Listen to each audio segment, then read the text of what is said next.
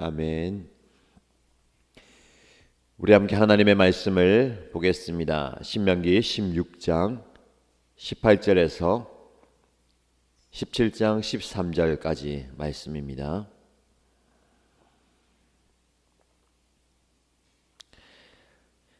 신명기 16장 18절에서 17장 13절까지 말씀을 함께 읽겠습니다. 당신들은 주 당신들의 하나님이 각 지파에게 주시는 모든 성읍에 재판관과 지도자를 두어 백성에게 공정한 재판을 하도록 하십시오. 당신들은 재판에서 공정성을 잃어서도 안 되고 사람의 얼굴을 보아주어서도 안 되며 재판관이 뇌물을 받아서도 안 됩니다. 뇌물은 지혜 있는 사람의 눈을 어둡게 하고 죄 없는 사람을 죄인으로 만듭니다. 당신들은 오직 정의만을 따라야 합니다.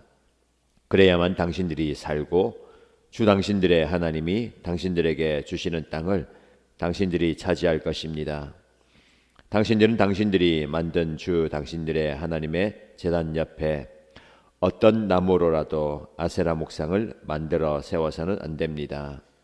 그리고 주 당신들의 하나님이 미워하시는 석상을 만들어 세워서도 안 됩니다.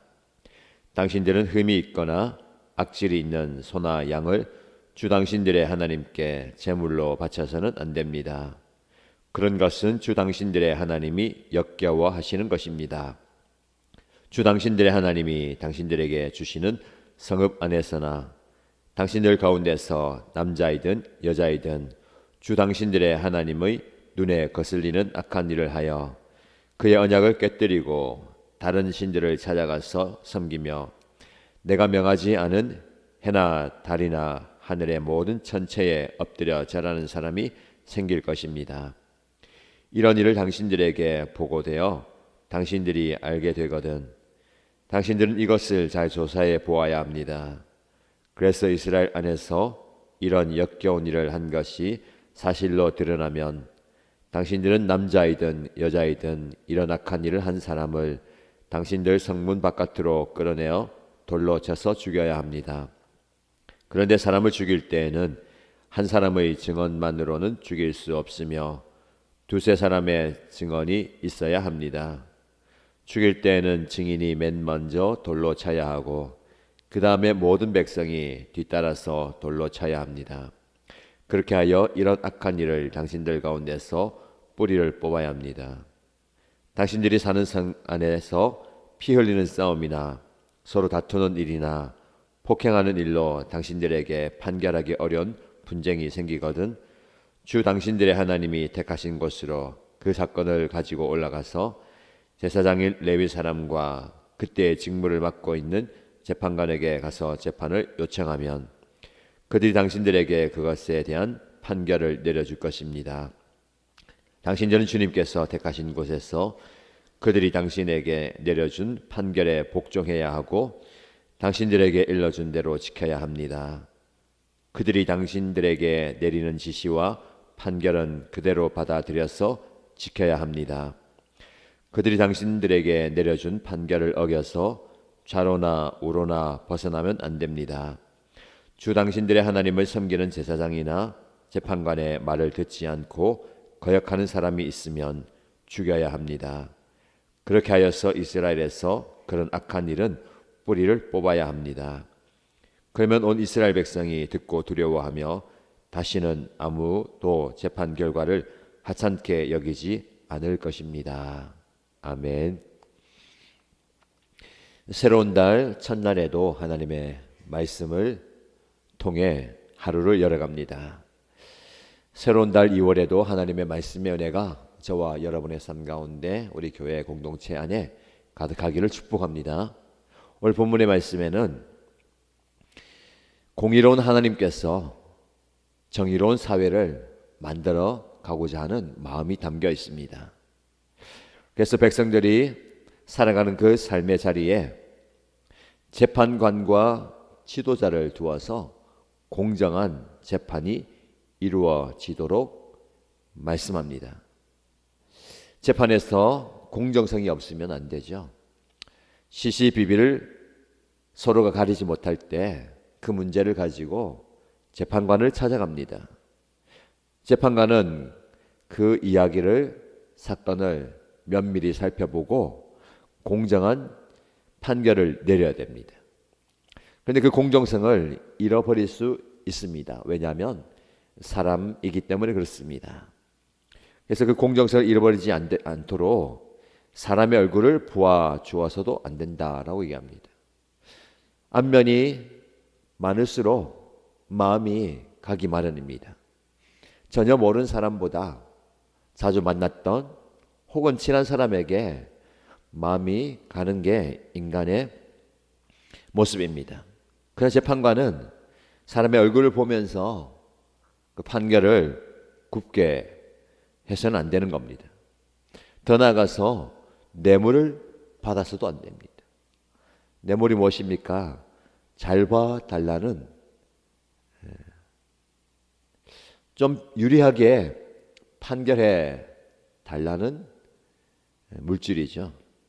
물질에 마음을 빼앗겨서 공정성을 잃어버리면 안 되는 거죠.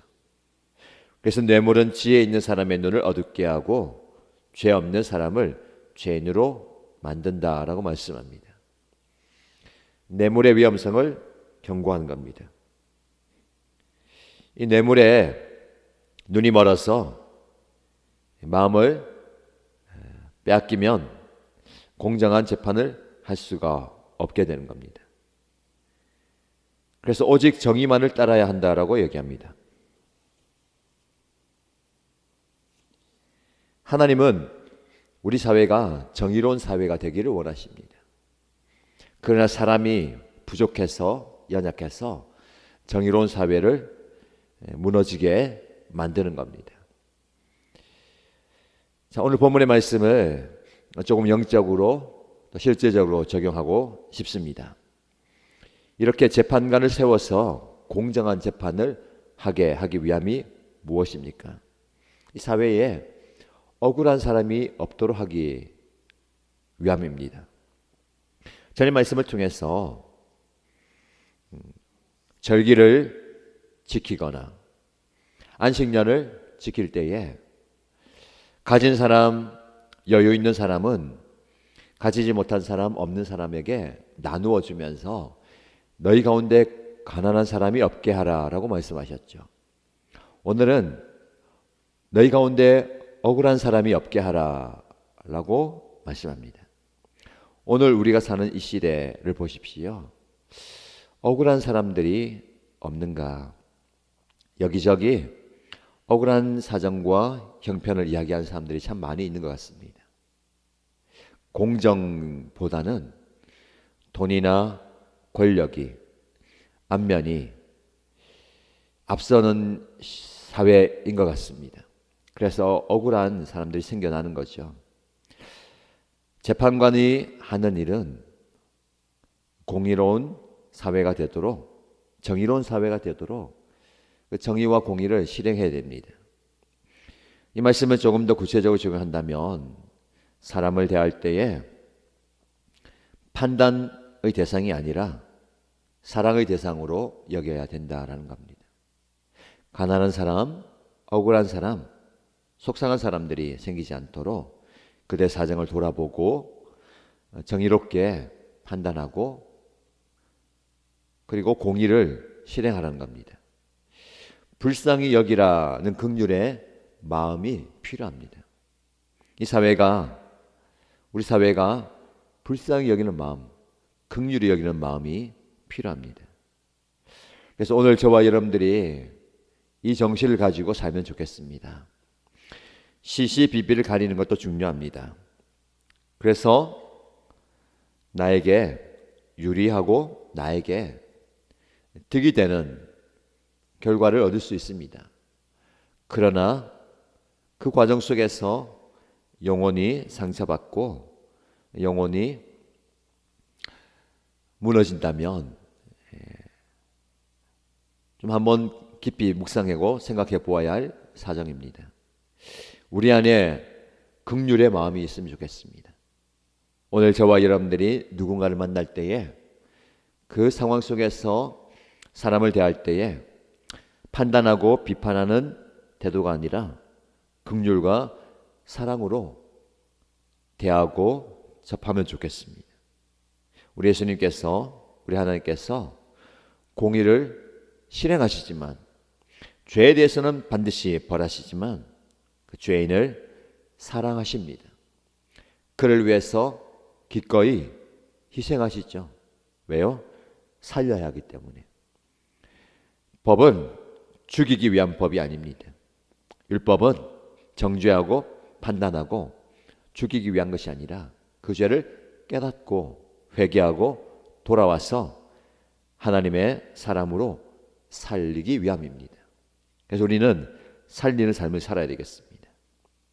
하나님의 마음을 품고 내 앞에 있는 그 사람을 불쌍히 여기는 긍휼의 마음으로 다가가는 오늘 하루가 되시길 축복합니다. 이어지는 말씀에 보면 하나님 앞에 예배할 때에, 하나님 앞에 제사할 때에 하나님을 온전히 섬기라라고 얘기합니다. 그 가나안 땅에 들어가서 하나님을 예배해야 되는데 우상을 따르고 우상의 방법을, 우상 섬김의 방법을 취할 수 있다라는 겁니다. 그래서 하나님은 우리가 하나님을 온전히 예배하기 원하십니다. 그래서 예배를 통해서 하나님은 영광 받기 원하시죠. 눈에 보이는 외형적인 요소를 강조하지 말고 눈에 보이지 않는 하나님을 제대로 섬겨야 됩니다. 사람은 형상을 만들죠. 오늘 본문의 말씀에 하나님을 섬겨야 할 제단 옆에 신상 그리고 목상을 세워서 절하게 될 것이다 라고 얘기합니다. 제가 자주 말씀드리는 거죠. 하나님만 섬겨야 하지만 하나님도 섬기는 모습입니다. 하나님을 섬기고 다른 우상도 섬기는 겁니다. 우리가 하나님을 섬기는, 하나님을 예배하는 삶의 자리에 또 다른 형상을 만들어 세우고 있지 않습니까? 그것이 무엇이든지 내가 의지하고 내가 신뢰하고 내가 바라는 바입니다. 하나님은 말씀을 통해서 철저하게 우리에게 말씀합니다. 하나님만 섬기라. 하나님만 신뢰하라. 하나님만 의지하라. 그러나 우리의 마음은 이것이 용납이 안 될 때가 많습니다. 어떻게 하나님만 섬기냐? 하나님만 바라볼 수 있냐? 이것도 저것도 필요하지 않느냐라는 겁니다. 그러나 하나님 한 분만으로 만족할 수 있는, 하나님 한 분만으로 족할 수 있는 삶이 되어야 되겠습니다. 하나님은 어떤 우상도 우리의 마음 가운데, 삶 가운데 용납하지 않으십니다. 우리는 세상의 법을 어기는 것을 무겁게 여기지만 하나님의 법을 대수롭지 않게 생각할 때가 많습니다. 오늘 말씀을 통해서 철저하게 하나님의 법을 무겁게 받아야 되겠습니다. 그래서 하나님께서는 어떤 형상뿐만 아니라 해와 달이나 별에 엎드려 절하는 일이 없도록 하라. 만약에 그렇다면, 그 일이 발각되면 그는 모든 사람들 앞에서 죽어야 된다라고 얘기합니다. 그만큼 철저하게 하나님의 말씀을 주시는 거죠. 그러나 그 과정 속에서도 억울한 일이 생기지 않도록 한 사람의 증언만으로 그를 죽일 수 없고 두세 사람의 증언이 있어야 한다. 면밀히 살펴보고 정확하게 판결하라라는 겁니다. 이 말씀을 저와 여러분에게 구체적으로 적용하기 위해서 이 말씀을 눈여겨보시면 좋겠습니다. 3절 말씀에 2절 하반절에 보시면 주 당신들의 하나님의 눈에 거슬리는 악한 일을 하여서 그의 언약을 깨뜨리면 안 된다라는 겁니다. 하나님의 눈에 거슬리는 행동을 하지 말라는 겁니다. 사람의 눈, 사람의 시선, 사람의 이목보다 하나님의 눈이 중요하다는 겁니다. 하나님의 눈에 거슬리는 악한 일을 제거해야 되는 겁니다. 우리의 오늘 하루를 돌아볼 때에 사람의 시선도 중요합니다. 사람의 이목보다 하나님의 눈에 거슬리지 않는, 그래서 항상 철저하게 하나님 앞에서 살아간다라는 마음으로 사셔야 되겠습니다. 오늘 하루 하나님의 시선 앞에서, 하나님 앞에서 살아가는 저와 여러분 되시기를 축복합니다. 그래서 이 대한민국이, 우리가 사는 사회가 하나님의 공의와 하나님의 정의와 하나님의 긍휼하심이 흘러넘치는 땅이 되어야 하겠습니다. 위로부터 변화도 필요하지만 아래로부터의 변화도 있어야 합니다.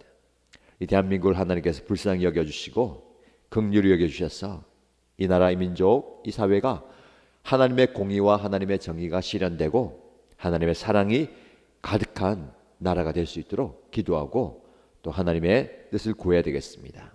오늘 하루 여러분 만나는 사람, 해야 하는 모든 일들 가운데 하나님의 지혜가 있고 하나님의 뜻이 있기를 주님의 이름으로 축복합니다. 말씀 기억하면서 함께 기도하겠습니다. 첫 번째 기도 제목드립니다. 하나님, 내가 오늘 대하는 사람을 판단하거나 비판하지 않고 긍휼과 사랑의 마음으로 대할 수 있게 하소서라고 기도하십시다. 두 번째 기도 제목은 사람의 시선, 이목보다 하나님의 눈에 거슬리는 일하지 않도록 함께 하소서. 오늘 하루 하나님 앞에서 살아가는 삶이 되기 원합니다 라고 기도하시고요, 공동체를 위해서 기도할 때에 이 대한민국을 위해서 기도하겠습니다. 하나님이 대한민국이 공의롭고 정의로운 나라가 되게 하시고 억울한 사람이 없이 모두가 하나님 앞에 정직히 행하는 나라, 사회가 되게 해주십시오 라고 기도하겠습니다. 함께 공동의 기도 제목과 개인의 기도 제목으로 기도하도록 하겠습니다.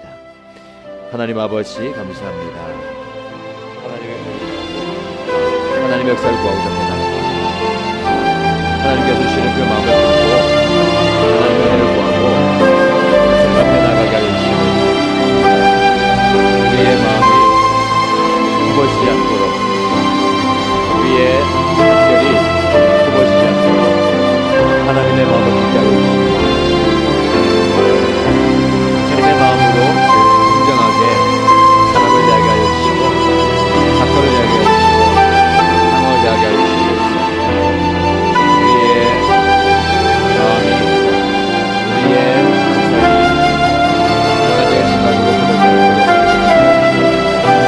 하나님 주시는 그 마음을 계속해서 하게 하여 주시고 내부로 인하여서 억울한 사람이 생기지 않도록 이 사회가 공정한 사회가 되게 하여 주시고 정의로운 사회가 되게 하여 주시고 공동체가 하나님의 공의가 되어지는 그 사회가 되게 하여 주시고 우리의 눈이 어두워지지 않게 하여 주시고 우리의 판결이 굽어지지 않도록 하나님께서 우리를 붙들어 주시기 원합니다. 내가 대하는 그 사람, 내가 만나는 사람, 그 사람을 비판하고 판단하는 것이 아니라 하나님의 마음을 우리가 가지고서 그를 불쌍히 여기게 하여 주시고 그를 긍휼히 여기게 하여 주시고 안타까운 마음으로 그를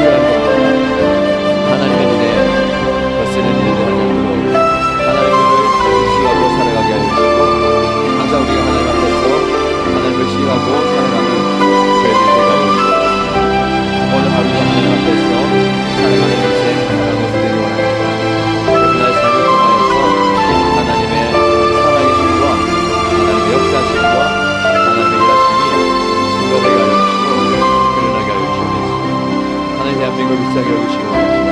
이 나라의 민족을 하나님께서 힘을 주시옵소서. 하나님 손을 부셔서 하나님의 고비가 세워지고 하나님 정의가 실현되는 정의는 나라 되게 하여 주시옵소서. 지도자들께 있게 하여 주시고 재판관들께 있게 하여 주시고 힘을 가진 사람, 권력을 가진 사람, 지혜 있는 사람들이 하나님의 손에 붙들리게 하여 주시고 하나님을 두려워하게 하여 주시고 아버지 하나님 은혜가 없는 하나님 함께하게 하여 주시고 함께하게 하여 주시고 오랜 장면이 나타나게 하여 주시고 모두가 하나님의 은혜 아래서 하나님의 사랑 아래서 살아가는 데